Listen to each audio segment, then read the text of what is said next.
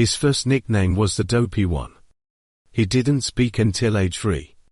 When he finally did, he whispered every sentence to himself, first testing it, feeling it before trusting the world with it. His teachers called him Unteachable. His father was warned he would never amount to anything. At 15, he dropped out of school without a single qualification to his name. This was Albert Einstein. Not the statue. Not the poster on the wall. Not the white-haired genius the world decided to love after he was already famous. The real one. The one who failed first. He failed his university entrance exam. Spent a year rebuilding. Tried again. Finally got in.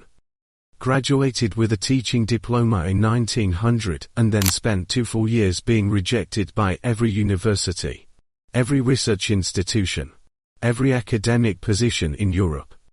His own professors refused to recommend him. One actively worked against him.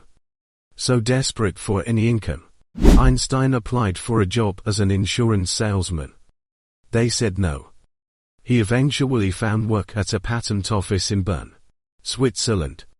Level 3 technical clerk. He sat at a government desk, reviewed other people's inventions, earned a modest salary, and went largely unnoticed by the world. But in his desk drawer he kept a notebook. He called it his little library of theology. In it lived his real work, his thought experiments, his impossible questions. What would it feel like to ride alongside a beam of light? What is time really? Does space bend? Questions the world hadn't asked him to answer. Questions he couldn't stop asking anyway. Then came 1905. Einstein was 26. Still a patent clerk. Still unknown. And in that single year with no laboratory, no funding, no team, no university position, he published 4 scientific papers that changed human civilization forever. The photoelectric effect. The existence of atoms. The special theory of relativity. And a 3-page follow-up containing 5 characters that became the most famous equation in history. E=mc. Scientists called it his annus mirabilis. His miracle year. But the miracle didn't fall from the sky. It was built in silence.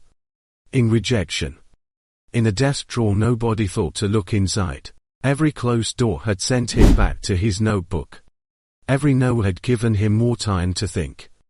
The patent office wasn't a punishment, it was the laboratory the world never knew it gave him. Every person who told Einstein he was nothing is forgotten. The world measured him with instruments never designed for his kind of mind.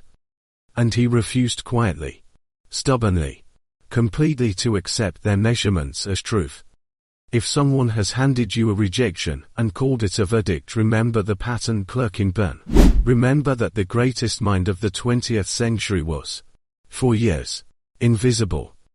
Your rejection is not your destination. Keep building.